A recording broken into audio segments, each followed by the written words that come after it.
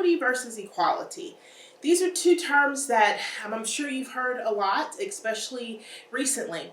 And while both are important, there's a big difference in these two terms, and sometimes we use them as if they're the same, and they're absolutely not. So just wanted to take a little bit of time today to go through quickly a difference and explain a difference in what these two words mean, especially when it comes to marginalized groups. So to start, let's provide a basic definition for the terms. So equality means that each individual or group of people is provided the exact same resources and opportunities. Everybody gets the exact same thing.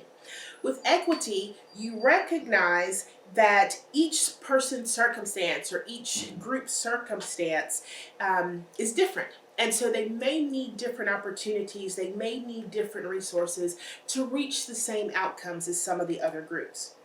The difference between equity and equality must be emphasized when you're dealing with, again, marginalized populations. Although both promote fairness, equality achieves this through treating everyone the same, regardless of the need, while equity achieves this through treating people differently depending on the need.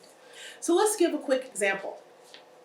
An example of equality is that all public schools in a community have a computer lab with the same number of computers and the same hours of operation during school hours.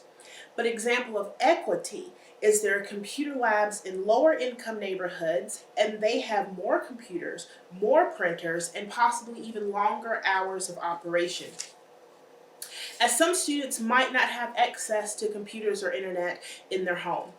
Equity is a solution for addressing imbalanced social systems. Justice can take equity one step further by fixing the systems in a way that leads to a long-term, sustainable, equitable access for generations to come.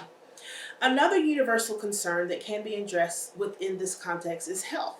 The World Health Organization states that health inequities incorporate more issues than the lack of equal access to needed resources.